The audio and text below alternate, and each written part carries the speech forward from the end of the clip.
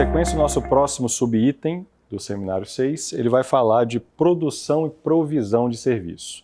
Especificamente aqui, a gente vai ter os requisitos ou os controles específicos que a norma estabelece para que a empresa implemente na sua atividade de serviço, na sua atividade de produção propriamente dita, ou seja, o coração do processo produtivo ou de prestação de serviço ou de operação que ela estabeleceu no escopo do sistema da qualidade.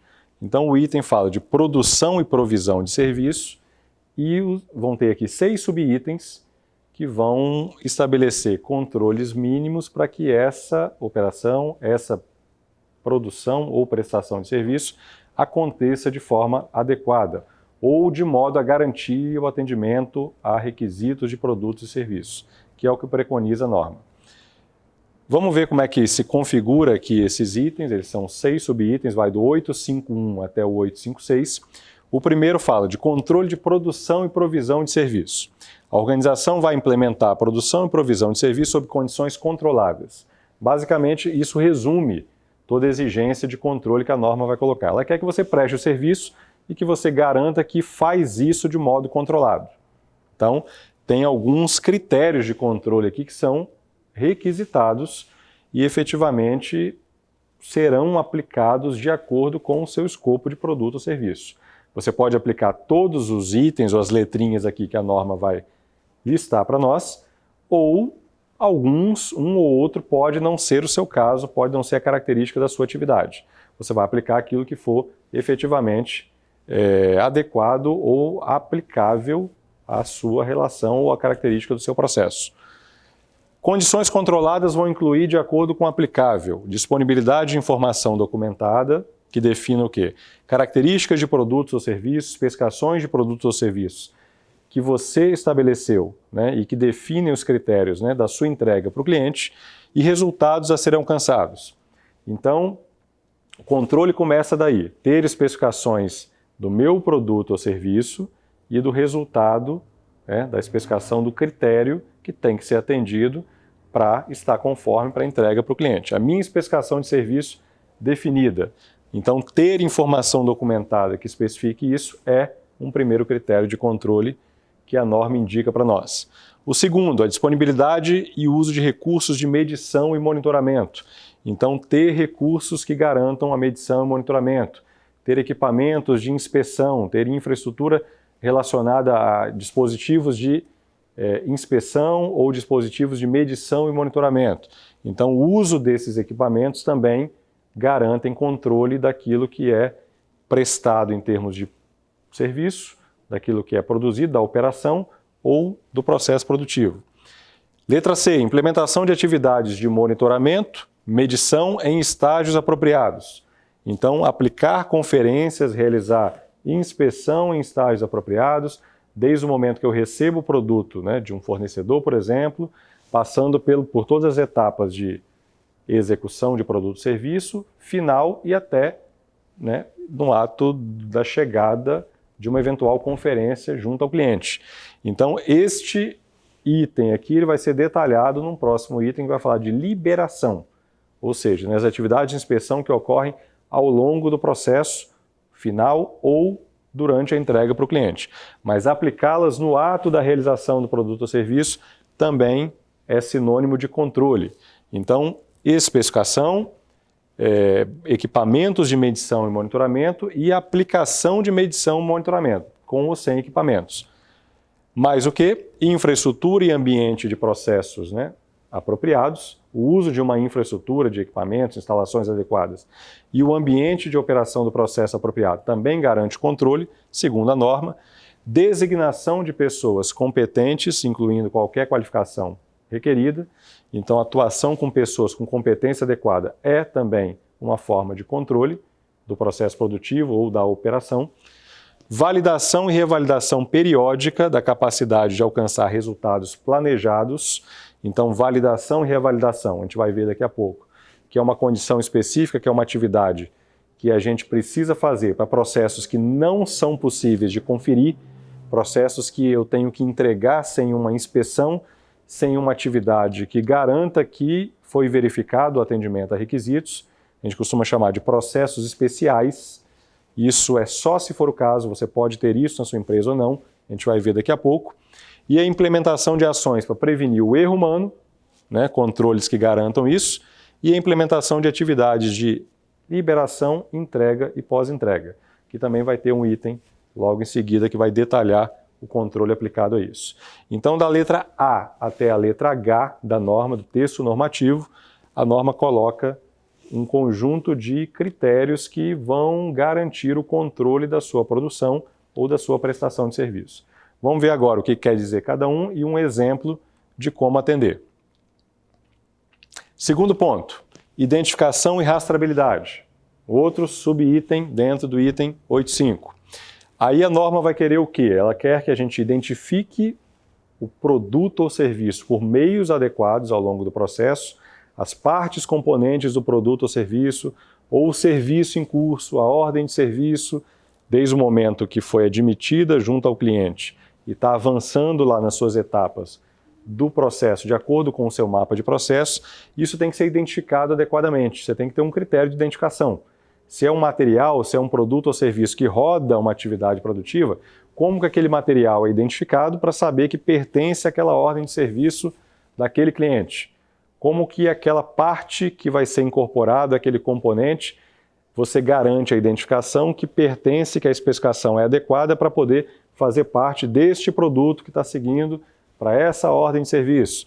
Como que um serviço, né, que é daquela proposta, daquele cliente, que você roda na sua empresa até liberar, até entregar o resultado final, como que você identifica o serviço em curso, como que você programa e garante a identificação daquilo durante a realização, para que você saiba em que pé que está, quantas atividades foram feitas, quantas faltam para fazer, já está pronto para entrega, então a identificação tem que ser tal que garanta que esse tipo de identificação seja feita em relação ao processo ou status do produto ou serviço durante o processo até a entrega.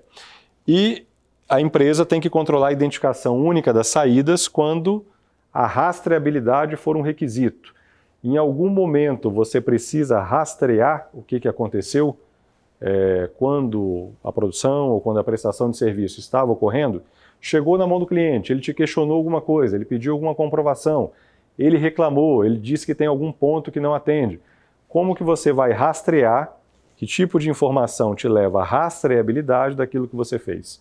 Então esse item aqui vai pedir identificação adequada, né, e a rastreabilidade, se for um requisito perante ao cliente, se você tiver que em algum momento voltar nas atividades e resgatar registros, resgatar informação daquilo que aconteceu com o produto e serviço, desde quando ele era pedido até o momento da entrega, até quando chegou na mão do cliente. Terceiro tópico desse item aqui, 8.5, propriedade pertencente a clientes e provedores externos. Você, para realizar o seu produto ou serviço, para realizar a sua operação, a sua produção, pode ser que você tenha contato com alguma propriedade do cliente. A norma chama propriedade do cliente e também propriedade do fornecedor.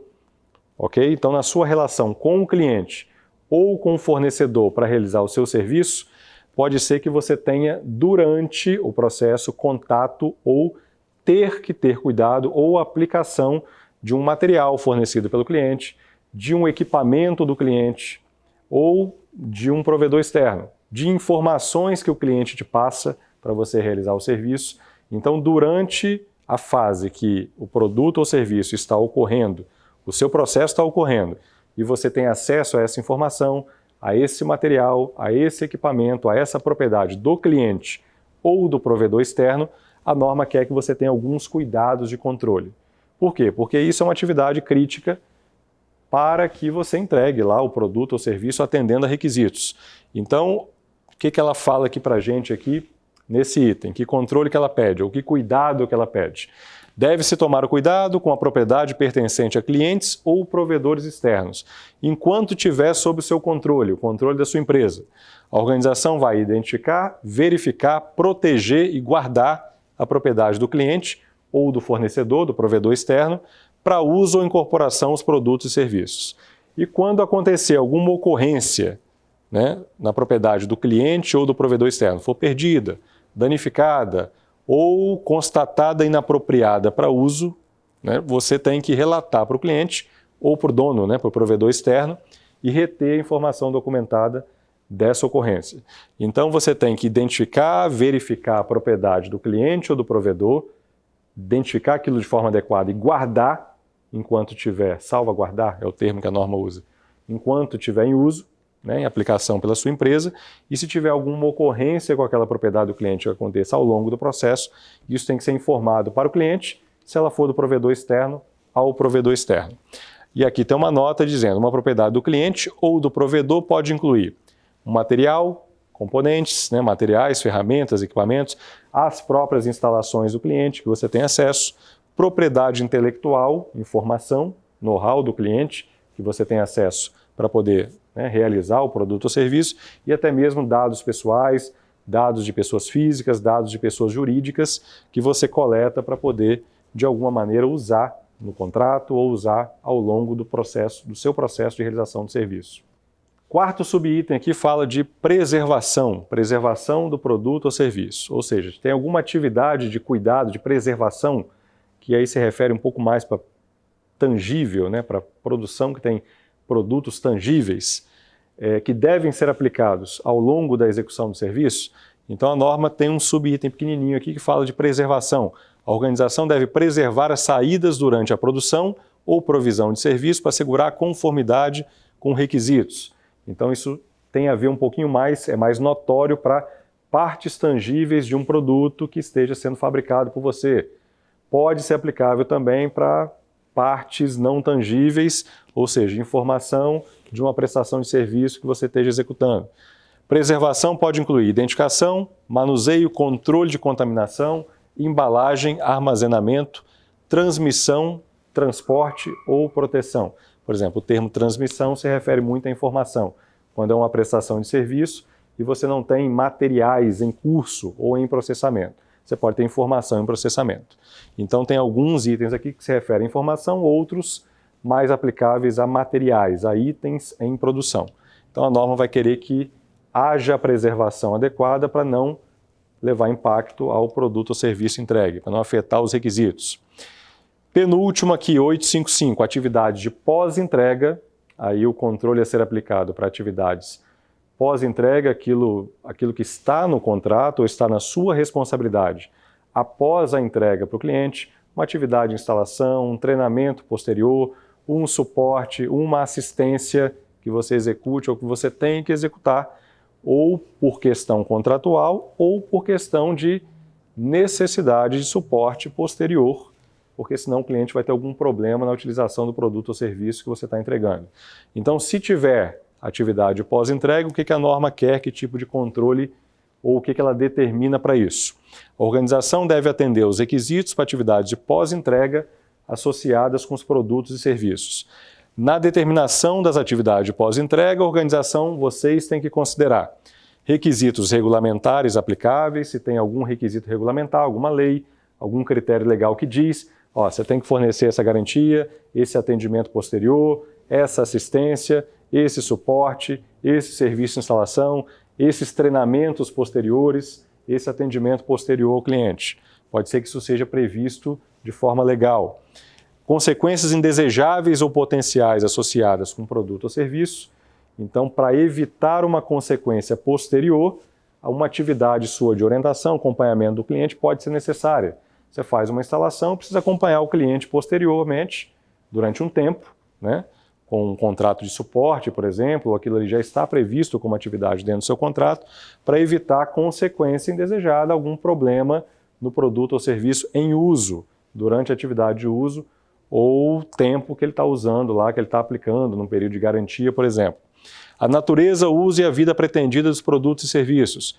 Requisitos do próprio cliente, o que você combinou com ele.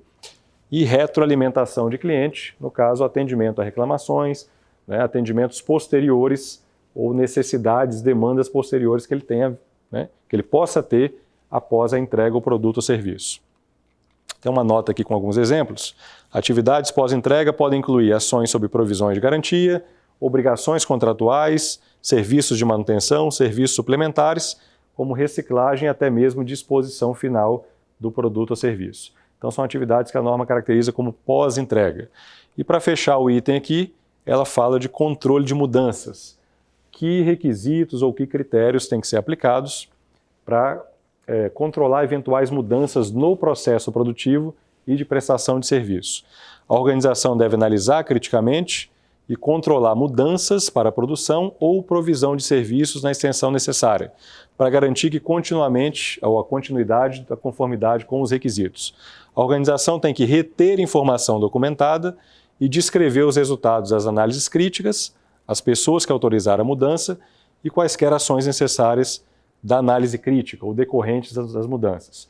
Então é um item, um requisito que fala que se tiver mudança na prestação de serviço ou na produção, essas mudanças têm que ser executadas de forma controlada e reter informação documentada da análise prévia feita antes de executar a mudança.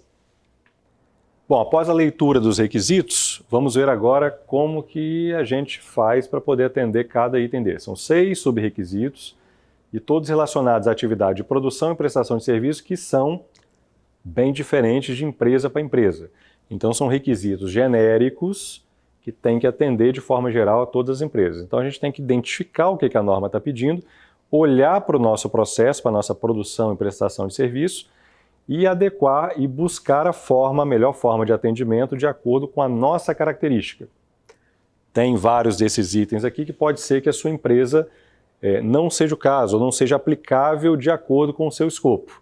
Então você vai, nesse caso, atender aquilo que for aplicável. Aquilo que não for aplicável, basicamente você não considera uma letrinha ou um subitem desse. Então vamos ver agora o que significa, o que a norma está pedindo para a gente, e o como atender, e basicamente os lembretes aí, os alertas, as observações que devem ser atentadas por vocês aí no ato da implantação. Bom, o controle, ele pediu para a gente aqui vários elementos.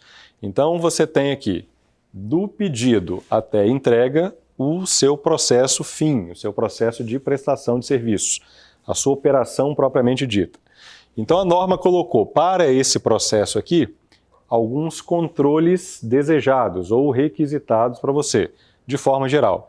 Ela falou o seguinte, controle, começa lá com especificação clara de produto, serviço e atividade. Ela falou que a definição de resultados, objetivos ou requisitos relacionados ao produto ou serviço, o uso de uma infraestrutura necessária também assegura controle adequada, fornecimento de recursos de monitoramento e medição, com a utilização desses monitoramentos e medições, inspeções aqui aplicáveis ao longo do processo, validação ou revalidação de processo, que aí é uma condição específica que a gente vai ver, pessoas com competência necessária também garante controle, ações para prevenir o erro humano também são forma de controlar, controles que garantam ou reduzam a chance de erro humano, aplicação de identificação e rastreabilidade, controle da propriedade do cliente ou do provedor externo, quando ela ocorre, quando você tem essa realidade na sua empresa, preservação de produtos e serviços e atividade de liberação e pós-entrega. Então é uma série de preocupações que a norma tem aqui para o seu processo produtivo. Vamos ver exemplos de cada um deles, passar rapidamente aqui, e para vocês ilustrarem no sistema da qualidade de vocês como que isso aparece, como isso ganha forma, ou que evidências vocês vão mostrar para efetivamente darem esse item aqui como atendido. Começa lá no mapa de processo de vocês. Então, o mapa de processo já tem aquela sequência, aquela figura que eu passei aqui de forma genérica, pedido, processo produtivo, serviço, entrega. Você já tem aquilo detalhado lá na linha de processos de negócio.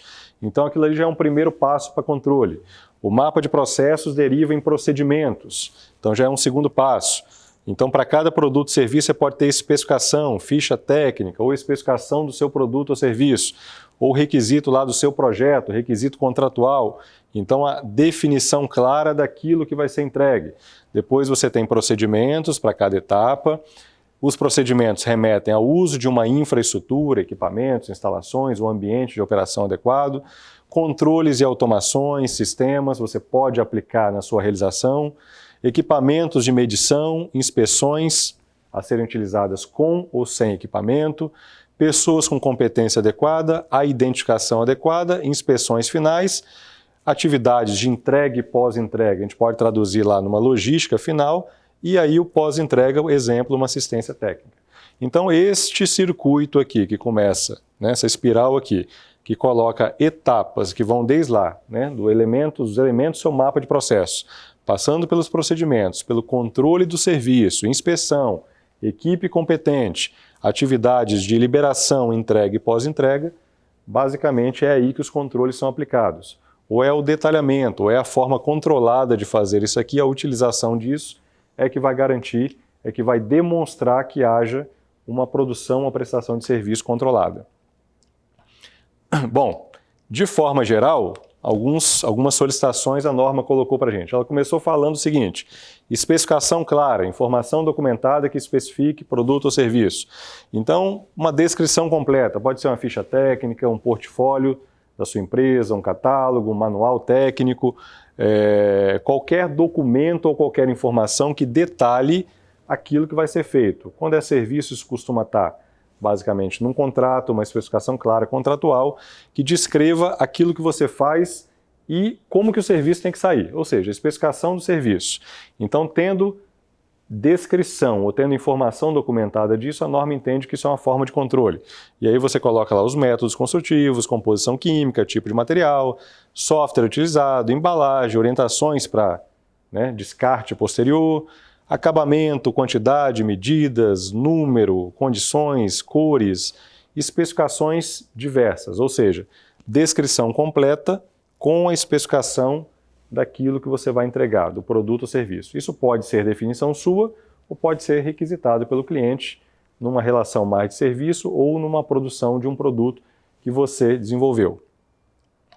Então isso pode estar evidenciado aí para vocês em projetos, tem alguns exemplos aí, ó, especificações de cliente, especificações de normas técnicas, legislações aplicáveis, material bibliográfico científico, procedimentos e instruções que orientem a execução, orientem a descrição, formulários orientativos para geração de registros, processos automatizados, sistemas de gestão, softwares, ERPs podem conter isso também, e comunicação visual no local de trabalho. Então, a informação ela pode aparecer para cumprir essa finalidade de alguns tipos diferentes, conforme os exemplos que são enumerados para vocês, né? Também monitoramento e medição do processo, né? Medição e monitoramento são dois termos que garantem o quê? Garantem que o processo é vigiado. Medição é determinar um valor, determinar um resultado de alguma coisa. E o monitoramento é determinar a situação ao longo do tempo. Então o processo pode ter medições em pontos específicos que determinem resultados e o acompanhamento desses resultados ao longo do tempo, ao longo da execução, te dão a noção de até que ponto está conforme, até que ponto está dentro, né, de controles ou de faixas desejáveis ou não. Então, a medição e monitoramento, o monitoramento sempre é aplicável para cada processo. A medição é que pode ter algum processo ou outro que não seja alvo de medição. Medição é só quando você executa uma atividade que determina um valor resultante. Nem todos os processos têm a característica de ser medidos. Monitorados, todos eles podem ser. Monitorar é vigiar. Uma supervisão, uma análise crítica ao longo da realização de um processo, mesmo que você não faça uma medição antes, ele é uma forma de monitoramento. Então, aqui a norma pede realizados ao longo do processo e ao final.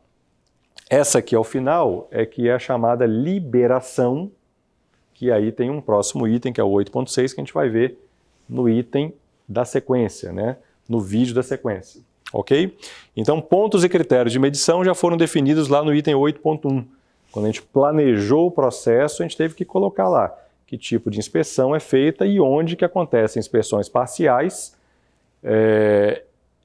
final, antes da entrega para o cliente, e até se tiver algum tipo de inspeção que aconteça no ato da entrega para o cliente ou até enquanto uso do cliente. Então, no mapa de processos é legal que isso apareça lá como caixinha, ou uma atividade dentro do procedimento, se ele não tiver, digamos, tamanho, volume de atividades, para ser uma caixinha independente, um processo independente. Mas tem que deixar claro como é feita a atividade de inspeção ao longo do processo. Isso também garante controle, né? Infraestrutura necessária, aí a norma colocou, cada processo, tem lá no nosso item, o capítulo 7, que falou lá da infraestrutura e do ambiente de trabalho. Então, que recursos de infraestrutura você precisa? Que equipamentos que você precisa? Né? Precisa de equipamentos de medição e monitoramento? Eles têm que ser controlados, alvo de calibração?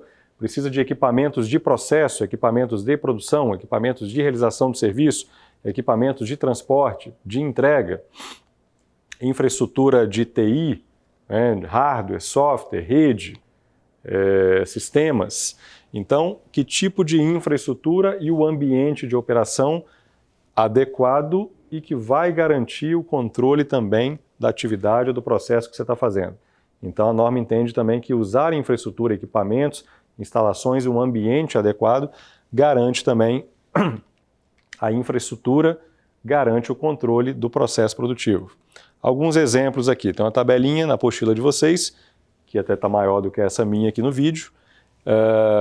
Um exemplo, processo de usinagem, né, uma medição que é feita, né, uma medição dimensional de peças para assegurar a conformidade, e uma infraestrutura. Vou precisar de um torno, de fresa, furadeira, bancadas, vou precisar de máquinas operatrizes e paquímetro, micrômetro, trena, instrumentos de medição. Então, são instrumentos ou equipamentos de processo e instrumentos para monitoramento e medição. Os dois usados de forma adequada para avaliação dimensional das peças para garantia de uma execução adequada no processo de usinagem. Preparação de alimentos. Então, a medição da temperatura do forno é um critério que eu tenho que avaliar em algum momento lá da preparação. Vou utilizar como infraestrutura fornos, bancadas, utensílios, edifícios, e o termômetro é um equipamento, por exemplo, vai estar lá acoplado ao forno, ou vai estar lá aplicado de alguma outra maneira, usado de alguma outra maneira, para garantir, digamos, a medição da temperatura em algum momento, e os outros equipamentos garantir a adequada preparação do alimento, o controle do processo. Transporte de cargas, né? O rastreamento via satélite é uma forma de monitorar, é o estabelecimento de um monitoramento. Posso usar empilhadeira, guindaste, equipamentos de borracharia, lava-jato, limpeza, serviço de rastreamento, tacógrafo e o equipamento ou o sistema de rastreamento, o serviço de rastreamento por satélite, né, que geralmente tem um provedor externo aí, um fornecedor que faz, ou a própria empresa, eles são para medição e monitoramento e os demais são de processo. Instalações elétricas, né, tem que fazer teste do sistema em algum momento para poder liberar a instalação. Posso precisar de escada, andames, carros elevatórios, computadores e multímetros, né, o multímetro aí seria um equipamento de medição, os demais seriam equipamentos ou ferramentas usadas no ato da instalação elétrica. E aí temos outros exemplos, mas basicamente o uso adequado da infraestrutura para realizar o serviço, processo e para medir e monitorar aquilo que é feito, garantem também controle. Um outro detalhezinho que a norma colocou, mais um tópico, né, a possibilidade ou a necessidade de fazer validação, né, validação ou revalidação. E a gente faz isso nos chamados processos especiais. O que seria validação? Validação ela é uma atividade que é aplicada para constatar se o resultado, se a saída, se a entrega é capaz de atender ao uso. E validação a gente costuma fazer só onde a gente não consegue inspecionar. Se você tem um produto ou um material processado que você consegue chegar aqui depois e fazer uma inspeção. Eu preciso conferir se ele atendeu a dimensão tal. Eu pego um instrumento dimensional, pego aquele material, aquela peça depois, de conformada, de usinada, por exemplo, vou lá e faço a medição. Tinha que garantir a medição, peguei um instrumento, medi, está conforme, atestei, ou está não conforme, rejeitei e vou retrabalhar. Então, se eu consigo fazer essa inspeção na saída de um produto ou serviço, de modo que eu tenha total garantia de que está conforme, essa atividade de conferência me garanta isso, eu não preciso usar isso aqui. Eu não vou utilizar validação. Agora, se não tem uma atividade dessa, se o que está sendo entregue não é possível, não é passível de fazer uma inspeção dessa antes de seguir para o próximo processo ou para a entrega para o cliente, é nessa hora que eu vou precisar dessa tal aqui de validação. Ela é aplicada onde não dá para fazer uma inspeção subsequente suficiente para garantir a verificação completa dos requisitos, né? Então aí você vai fazer as seguintes perguntas-chave para verificar se você tem isso ou não. Você pode ter ou pode não ter isso no seu processo. É até mais comum que você não tenha do que você tenha. Algumas empresas com processos especiais é que precisam fazer isso. Então você vai verificar, existe inspeção final do produto antes da entrega? Se existe, eu não preciso validar. Eu não vou usar isso aqui. Existe um teste de funcionamento que eu posso fazer depois de eu ter executado lá, depois de eu ter montado, de eu ter feito a instalação?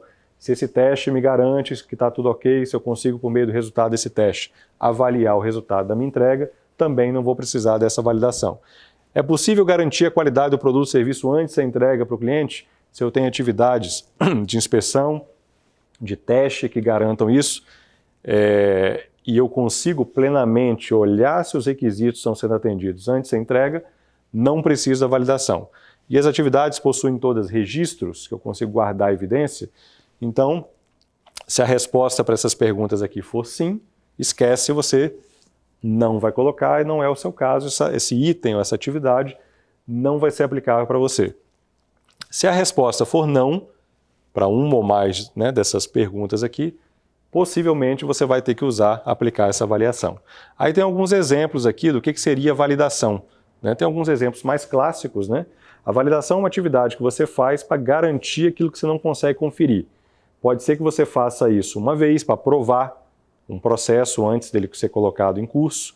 Uma vez que você não consegue inspecionar tudo que ele entrega, você faz uma aprovação desse processo ou você atesta que ele funcionando em algumas condições adequadas, ele vai garantir para você a entrega mesmo que você não consiga inspecionar. Tem exemplos clássicos aqui, por exemplo, construção civil. Em alguns casos não dá para fazer ensaio destrutivo, por exemplo, numa laje, numa parede, numa alvenaria que foi já construída. Então, nesse caso, você não faz, para testar uma resistência de concreto, você não testa a partir da construção feita.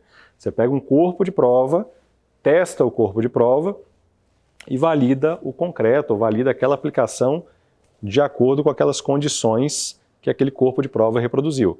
Isso é uma validação. Eu não vou pegar e construir uma parede, por exemplo, uma laje, uma obra de alvenaria e depois testar a resistência fazendo um ensaio destrutivo naquilo que está construído. Eu vou testar um corpo de prova, eu vou reproduzir aquilo ali numa condição, a máquina vai testar e vai verificar a resistência, e aí eu falo, se aprovou o concreto, significa que eu posso usar esse concreto, eu não preciso destruir, fazer um destrutivo naquilo que já foi feito. Esta aprovação me diz que ele atendeu ao requisito. Isso é uma validação. Eu não inspecionei o resultado, a saída, mas eu inspecionei um corpo de prova com características semelhantes à saída, que me deu a condição, me deu a resposta que aquilo ali atendia requisitos. Realização de treinamentos. Muitas vezes eu não tenho como testar, digamos assim, o resultado da saída de um treinamento feito. O treinamento feito, basicamente, se você absorveu ou não absorveu, eu só consigo verificar isso depois. Não tem assim um teste do tipo, treinou, testou, né? Pode ser aplicado uma prova depois e tudo, mas a informação já está ali, digamos, sendo transmitida e, basicamente, tem que ter, digamos, aqui algumas provas, algumas condições para garantir que esse treinamento vai funcionar, né? Então, isso é usado muito também para treinamento. Então, aí, na hora de colocar, digamos, já o treinamento, por exemplo, para a gente conseguir realizar esse treinamento para vocês aqui, algumas coisas têm que ser garantidas antes. Não pode realizar o treinamento e conferir só o depois. Exemplo, especificação técnica do treinamento, objetivo, público-alvo. Tem que ter uma programação disso, tem que ter uma metodologia dizendo, né, que esse é o programa, que esse é o público-alvo, que esse é o roteiro. Isso tem que ser definido antes, não pode fazer e definir depois. Conformidade dos equipamentos, instalações, tem que avaliar antes, fazer teste antes, verificar se os equipamentos, né, estão adequados antes de realizar, antes de entrar em cena para realizar o treinamento.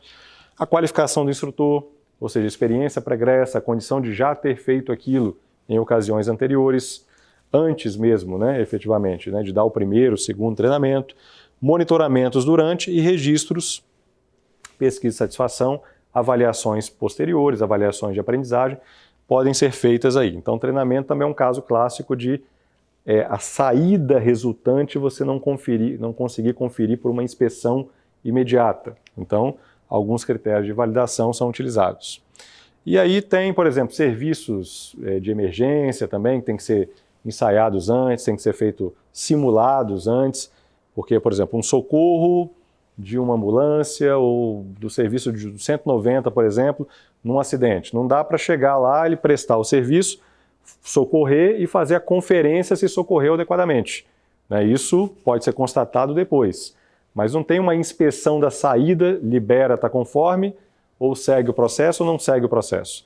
Então, basicamente, aquele processo, antes de ser colocado em prática, tem que ser feito um ensaio antes, vai ter que ser feito um simulado, chamados, né, simulados para verificar, né, e repetir aquele processo, ou reproduzir aquele processo num ambiente prévio, antes dele ocorrer, e avaliar se, numa condição real de funcionamento, aquilo tende a funcionar. Então, isso é a história da validação. Se você tiver algum processo que não dê para conferir o resultado, então você tem que usar alguma atividade dessa prévia para poder fazer uma avaliação antes do processo entrar em cena ou garantir que ele atendeu alguns requisitos e evidenciar e manter o registro dessa conferência que você fez. Mais o que? Atividade de liberação, entrega e pós-entrega. 3 tópicos aqui.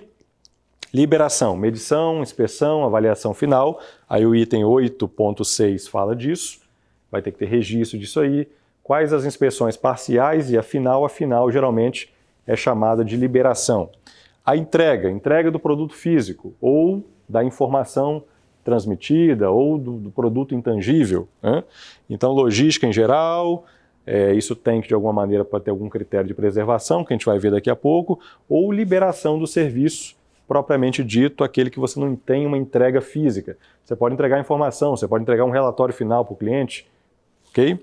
Então, isso também tem que ser feito de forma controlada para entrega, o resultado do produto não se perder e não deixar de ser preservado durante essa entrega.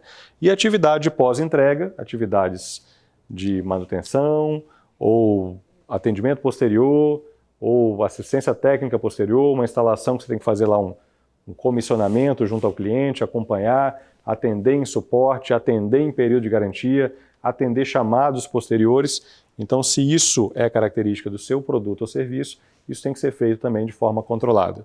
Então, atividades de liberação, entrega e pós-entrega adequadas e controladas também garantem um controle que a norma pediu para nós aqui. Depois, identificação e rastreabilidade. Então, o que ela quis aqui? Ela falou o seguinte: identifique o produto, partes, componentes do produto, por meios adequados ao longo da realização, e se você em algum momento for requisitado a rastrear alguma coisa, o cliente te pedir, aconteceu um problema, um atendimento em garantia, ou o cliente relatar algum problema, que você possa fazer uma rastreabilidade, que a informação te permita uma rastreabilidade do que aconteceu com aquilo ali ao longo do seu processo. São 2 critérios que você tem que garantir: a identificação adequada e informação que te garanta a rastreabilidade do momento da entrega até o momento do pedido, se for o caso, ao longo de todo o processo. Então, identificação, né? Aí, geralmente, a gente tem 2 características principais. Se você produz material tangível, usa matéria-prima, insumos tangíveis e entrega um produto tangível. Então, você tem partes e componentes que podem permear lá o processo durante a realização. Então, como que você pode aplicar a identificação adequada para produtos? Uma codificação adequada, lote, atribuir um número de série, etiquetagem do produto ao longo da produção pode ser usado, registros ou outros documentos que identifiquem lá o produto, né, a peça X do produto A, da parte tal, daquele pedido do cliente, né, número tal. Então, é essa ligação, essa identificação do que está sendo entregue, atrelando lá a entrega para o cliente, é que tem que ser feita. Definição de locais e áreas para cada tipo de material ou produto, né, placas de identificação visual ou virtual, de acordo com a característica do seu produto ou serviço. Serviço, né, então é muito aplicado o número de um pedido, o número de uma OS, o número de uma proposta, por exemplo, que você cadastra no início e percorre com isso, né, como identificador, né, que é aquele pedido tal, daquele cliente tal, daquela entrega tal, do serviço tal. Relatório de serviços, registros em sistemas informatizados, lista de controle, planilha de controle, mapas de controle, são algumas formas de identificar serviços, né, aquilo que não é tangível. E o produto pode ser aplicado mais uma identificação visual, uma identificação física no produto. Então, essa identificação e rastreabilidade ela é aplicada ao longo do processo de realização do produto, de operação, de prestação de serviço das empresas de vocês. Então, se eu tenho uma entrega que foi feita ao mercado, ao cliente, a rastreabilidade, por meio do critério de identificação adequado, tem que permitir fazer o caminho inverso e resgatar tudo que aconteceu de informação, os registros que foram utilizados, que foram gerados, ao longo de todas as etapas do processo, desde quando o produto foi admitido, quando o pedido do cliente foi admitido, passando por todas as etapas. No exemplo aqui, se eu entrego algo para o cliente aqui, um produto ou um serviço, isso tem uma nota fiscal, ou isso tem lá uma informação de identificação, um número de OS que caracteriza aquele produto e o cliente tem acesso a isso. Aconteceu algum problema, ele vai te avisar, ok? E você tem condição de olhar tudo o que aconteceu aqui em cada processo. Olhar o que aconteceu na entrega, olhar o que aconteceu lá na expedição, a inspeção que foi feita, quem fez, quem liberou, a embalagem, o processo terceirizado que foi executado, quando que você mandou, quando que o fornecedor te entregou, a aquisição feita, o plano feito, a produção executada, quem participou da produção, até o pedido, até o contrato ou a proposta ou a solicitação que chegou do cliente. Então a rastreabilidade ela tem que permitir fazer o caminho inverso usando lá o critério de identificação adequado e você consegue isso normalmente por meio dos registros, ou seja, cada atividade ou cada processo desse que é realizado, guarda-se ou retenha-se um registro de modo que você consiga ir lá e recuperar a informação posterior. Então o que a norma pediu é isso, identifique ao longo, por meios apropriados, o processo e de modo a que aquilo ali permita uma rastreabilidade quando for um requisito. Quando for um requisito, se for um requisito legal, por exemplo, então você tem que fazer isso porque em algum momento você pode ter que prestar conta para o cliente. E se o cliente determinar em algum momento, que efetivamente pode pedir informações daquilo que aconteceu, ou se tiver algum problema, ele vai reclamar e você tem que efetivamente investigar o que houve, então nesses casos a rastreabilidade sempre vai ser um requisito. Então exemplos aqui, a identificação ela deve claramente identificar a situação do produto, inspeção, aprovado, reprovado, etiquetas, por exemplo, é saber efetivamente o status que aquilo ali está, em que momento e o que ele está fazendo naquela atividade ou em que pé que está aquela atividade ou aquela parte do produto ali, ok? Etiquetas coloridas para produto, identificação visual para produtos ou informações que podem percorrer, azul pendente, exemplo, verde liberado, vermelho rejeitado, um código, um código identificador, um QR Code que possa identificar a ordem de serviço, o produto em curso, um código de barras e um número aqui de formulário de inspeção. Então são exemplos de identificação que podem ser aplicáveis para identificar a situação, sobretudo em relação à conformidade do produto ou serviço em processamento. Rastreabilidade das informações, ela tem que permitir, lá do final para o começo, você resgatar as informações quando a gente viu. Então, eu entrego uma nota fiscal, da nota fiscal eu consigo chegar no pedido de compra, no número do projeto, no código de barras, na série de fabricação, na inspeção que foi feita, ou seja, através de uma identificação de informação final, eu consigo ir rastrear as informações que o processo ou produto percorreu ali ao longo da realização. Então, nós temos um exemplo aqui de um fluxo que vocês têm na apostila, e aí, no mapa de processo de vocês, percorrendo ele de trás para frente, você vai ter sempre uma identificação e um registro decisivo daquele processo.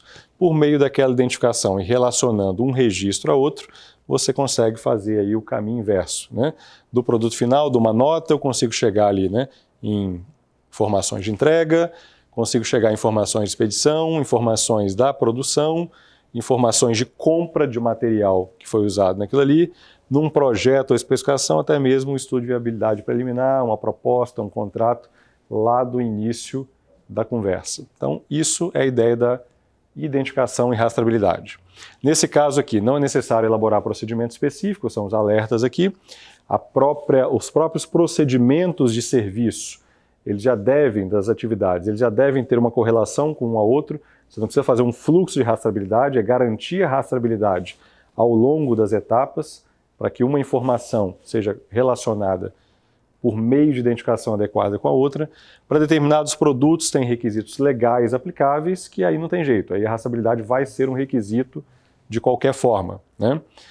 E em alguns sistemas de gestão, a identificação e rastreabilidade é gerada ou é garantida por sistemas informatizados, e a gestão da configuração daquele sistema garante que a rastreabilidade vai ocorrer de forma meio que automática naquilo ali. Um ERP, ou um sistema similar que vai te garantir que desde uma proposta, desde um pedido inicial, passando por uma compra, uma entrega e um pós-entrega, vai estar tudo identificado no sistema. Aí costuma ter, digamos, essa rastreabilidade facilitada. Aspecto seguinte, o controle da propriedade do cliente e do provedor externo. Então, se você usa informação, produto, material, se o seu serviço tem acesso à instalação do cliente, se de alguma maneira, ao longo da sua prestação de serviço, você tem contato com a propriedade do cliente, ou contato, ou ter que ter o cuidado com a propriedade de um provedor externo, de um fornecedor, que a gente viu lá no item 8.4, você tem que ter alguns cuidados com este material, com esse equipamento, com essa informação que você teve contato. Exemplo, você é uma empresa que faz manutenção em equipamentos do cliente. Aquele equipamento, enquanto estiver confiado para que você faça a manutenção, em seu acesso, em seu poder, você tem que garantir o cuidado adequado, a proteção adequada daquilo ali. Se você recebe material do cliente, então você entra com o serviço, o cliente entra com o material, você usa o material dele para executar o serviço que vocês pactuaram. Então esse material ele tem que ser controlado de maneira adequada. Você vai ter acesso a esse material e vai fazer um controle similar ao que você faz com o material de um fornecedor, por exemplo. Então, se esse material é identificado algum problema, isso tem que ser detectado logo e avisado ao cliente, porque se ele forneceu e você admitiu o material e a medida que você admitiu não conferiu e efetivamente está usando no seu processo, então você passou a absorver um problema e você tinha que ter relatado isso ao cliente. A conformidade no final vai ser sua responsabilidade, a responsabilidade da sua empresa. Se você recebe um desenho, informação, qualquer informação de know-how do cliente para poder fazer uma fabricação, entregar conforme aquela especificação, aquele desenho, aquela informação, aquele know-how, aquele procedimento é propriedade intelectual do cliente. Então essa informação também entra dentre a propriedade aqui que tem que ser preservada, protegida, guardada adequadamente. E se você, por exemplo, aluga equipamentos, o caso lá do provedor externo, então você aluga equipamentos de um provedor externo para atender o seu cliente. Então aí o equipamento é do provedor externo, você vai, de acordo com o contrato de locação, ter os cuidados adequados enquanto você estiver usando e atendendo o cliente durante a prestação de serviço. E aí a norma colocou o seguinte: cuidado adequado, se for informação, cuidado para informação. Se for equipamentos, área física, instalações, materiais, cuidado físico de identificação, de verificação, de guarda que esses produtos requerem. E se efetivamente tiver algum problema, alguma inadequação, ou avaria, ou problema causado por você, ou você já tenha detectado aquilo no ato de ter recebido aquilo do provedor ou do cliente, registrar e informar imediatamente a ocorrência ao provedor, ao cliente, ao dono da propriedade. Basicamente, esse é o controle que a norma pede. Aqui tem alguns exemplos, nós temos uma tabelinha também com alguns tipos de serviços, vocês têm exemplos na apostila. Está aí, atividade de usinagem, o equipamento ou infraestrutura, como é que pode ser aí do cliente que a empresa tem acesso a prestador de serviço, a área do cliente. Eu tenho aqui o material, eu posso ter um equipamento instalado, que eu vou ter que ter acesso da manutenção, eu posso ter acesso a documentos de projeto do cliente que me permitam realizar esse processo e informações, até informações da pessoa jurídica, dados para faturamento. Então, cada um aqui é considerado propriedade do cliente e tem a sua demanda lá de proteção, de cuidado enquanto estiver com o seu uso, o uso da empresa. Transporte, a área do cliente, a carga recebida, a nota fiscal e dados para faturamento. Então tem documentos, a própria carga recebida, uma transportadora, por exemplo, ela vive de cuidar da propriedade do cliente. Então a atividade de transporte, ela precisa efetivamente, o cuidado com a carga é o primordial na atividade de transporte. Instalação elétrica, a área do cliente, o equipamento instalado, projetos e dados para faturamento. Então, alguns exemplos aqui nesse caso. Montagem de computador, hardware. A residência, se você tem acesso à residência do cliente ou à área do cliente para poder executar esse trabalho. O computador, material de hardware e software utilizado. Documentos aqui não aplicável. E backup de dados para faturamento. Backup feito para dar manutenção, para recuperação das informações do equipamento e dados para faturamento do cliente são exemplos aqui de informações de dados que devem ser protegidos. E na apostila tem alguns outros aí. Resumindo a história, nesse caso, propriedade do cliente, ela vai ser usada para poder garantir, digamos, a conformidade daquilo que está sendo entregue, e a propriedade do cliente tem que ser, nesse caso aqui, salvaguardada, verificada adequadamente, se for física ou intelectual, e se tiver algum problema, alguma não conformidade ocasionada nessa propriedade do cliente, a empresa tem que registrar isso e comunicar imediatamente, relatar o fato ao dono da propriedade. Então é isso que a norma pediu aqui. Cuidado com a propriedade do cliente e registro quando tiver ocorrência. Na sequência, preservação, o item seguinte fala de preservação, aí já são preservações de partes e componentes físicos do produto ao longo da entrega. Então isso aqui é aplicável mais para partes físicas ou produtos que têm componentes físicos. Então aqui um exemplo aqui, cimentos, peças usinadas, instalação elétrica, estrutura metálica. A norma fala o seguinte: identificação, manuseio, embalagem, armazenamento, proteção, controle de contaminação. Ela pede alguns critérios ou alguns cuidados que têm que ser tomados com a preservação do produto em elaboração, do produto em realização, do processo em execução e do produto final entregue, durante a etapa de entrega. Então, exemplo aqui, peças usinadas, tipagem ou etiquetagem, o manuseio, manual com aplicação de EPIs, a embalagem com caixas adequadas, embalagem primária, embalagem secundária, o armazenamento, o cuidado com o empilhamento e a proteção adequada aqui, pintura, uso de canaletas, umidade, líquido protetivo. Então, basicamente, ela coloca alguns critérios que os materiais em processamento e o produto final tem que observar. Se for informação, basicamente um cuidado na transmissão, ou um cuidado na proteção de dados daquela informação, quando é um serviço que não tem muito parte, não tem muito materiais a serem protegidos. Ok? Nesse caso, os procedimentos e instruções daquilo ali podem incorporar essas orientações e também as próprias orientações do fabricante, do fornecedor daquilo ali. Num processo de estoque, você pode ter um controle básico dessas informações ou desses critérios de preservação das partes componentes do produto. Então aqui a norma ou a apostila de vocês coloca duas situações. Se você é uma empresa que tem uma pequena variedade desses materiais, então um documento básico que especifique as condições físicas adequadas, uma instrução de trabalho, uma tabelinha que vocês têm lá, atrás da apostila lá como exemplo, já atende isso aqui. E se a empresa tem um almoxarifado com estoque, então basicamente um controle daquele estoque, um cuidado, procedimento para cuidado no armazenamento, observando todos os critérios lá que os fabricantes colocam, então todo um critério de controle para aquele estoque também vai te garantir ali a proteção adequada, o atendimento a esse item. Um outro ponto aqui na sequência é atividade de entrega e pós-entrega. A norma fala liberação, entrega e pós-entrega. Então, pós-entrega são atividades posteriores à entrega que a sua empresa pode ter que fazer. Então, você entrega, tem que ir lá instalar para o cliente, tem que fazer uma manutenção, tem que atendê-lo em condições de garantia, tem que fazer um treinamento posterior, um suporte. Então, a atividade pós-entrega, o que tem que ser avaliado? Primeiro, existem requisitos legais que te cobram que você tenha aquela pós-entrega? Tem alguma recomendação legal que cobra aquela pós-entrega? Informações sobre garantias, trocas, devoluções, assistências técnicas autorizadas. Então, em alguns casos, a grande maioria dos serviços, eles têm critério conforme legislação de consumo, legislação contratual, legislação de Código de Defesa do Consumidor ou critério de requisito contratual com o cliente que diz que tem que ter algum atendimento posterior diante de alguma falha, diante de alguma situação de inadequação ou alguma não conformidade.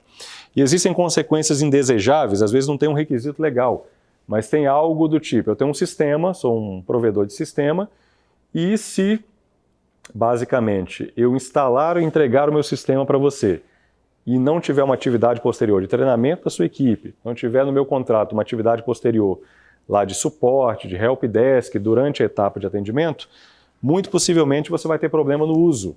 Vai ter dúvida, vai ter alguma inadequação, algum ajuste que tem que ser feito que você vai precisar de uma intervenção posterior da minha empresa. Então, nesse caso, ou é possível ter uma consequência indesejada que você tem que minimizar com uma atividade pós-entrega, ou existe um requisito legal que te cobra, que tem que ter um atendimento pós-entrega de acordo com aquilo que você está entregando. Nesse caso, basicamente, o que tem que ser feito? Realizar essa atividade pós-entrega e também entender que ela é parte do processo. O processo pós-entrega tem que ser controlado assim como os outros, todos até entrega são e conforme a norma colocou. Existem orientações necessárias quanto à natureza do produto, durabilidade, né? O que eu vou orientar o cliente? Composição química, vida útil, descarte, destinação final. Se tem alguma obrigação definida pelo cliente em contrato ou proposta, se o cliente te requisitou aquilo ali, durabilidade, uma condição de assistência, uma manutenção que foi pactuada entre vocês que deva ser feita depois, um atendimento, o cuidado em reciclagem ou destinação final que a sua empresa tem que ter. Em alguns casos, empresas têm que ter o cuidado, né, e atender o cliente ou dar uma condição para ele até a destinação final de um produto, de um resíduo daquele produto. E existe alguma necessidade de verificação posterior, pesquisa de satisfação, atendimento a reclamações posteriores, avaliação do cliente, acompanhamento do produto, da performance enquanto em curso. Então, qualquer situação dessa, se você tem que executar a atividade pós-entrega implementada adequadamente e controlada adequadamente conforme os outros processos. E para fechar esse item, o item 8.5, a norma fala de controle de mudanças, que se tiver qualquer mudança no processo ou no produto, você tem que garantir o quê? A análise prévia daquela mudança, da necessidade dela, e garantir que ela foi feita adequadamente no ato da sua implementação. Então, eu tenho que assegurar continuamente o requisito do produto ou serviço, verificar se a mudança no processo de produção e realização do produto ou serviço não trará impacto futuro, se é factível, se dá para fazer, antes de executar, e reter um registro daquela análise ou daquela mudança implementada de forma segura. Então, qualquer mudança tem que ser analisada previamente e retida a informação documentada da sua execução. Então, com isso, a gente fecha o item 8.5, que é talvez o mais longo aí da norma, que coloca para a gente os critérios de produção e prestação de serviço para controle dessa atividade principal da empresa. Nesse caso, dever de casa, o que eu devo implementar para fechar o item aqui?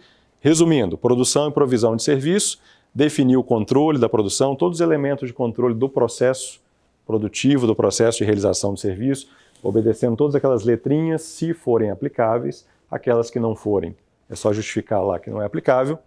Se tiver um manual de gestão, escreve que não é aplicável. Okay? E proteção da propriedade de clientes, identificação e rastreabilidade, preservação do produto e serviço, controle das atividades de pós-entrega e os processos em relação à mudança, quando tiver alguma mudança, como que ela vai ser implementada e controlada, com um registro antes da sua implementação. Então esse aqui é o resumo do item 8.5, controle da provisão de serviço ou da produção.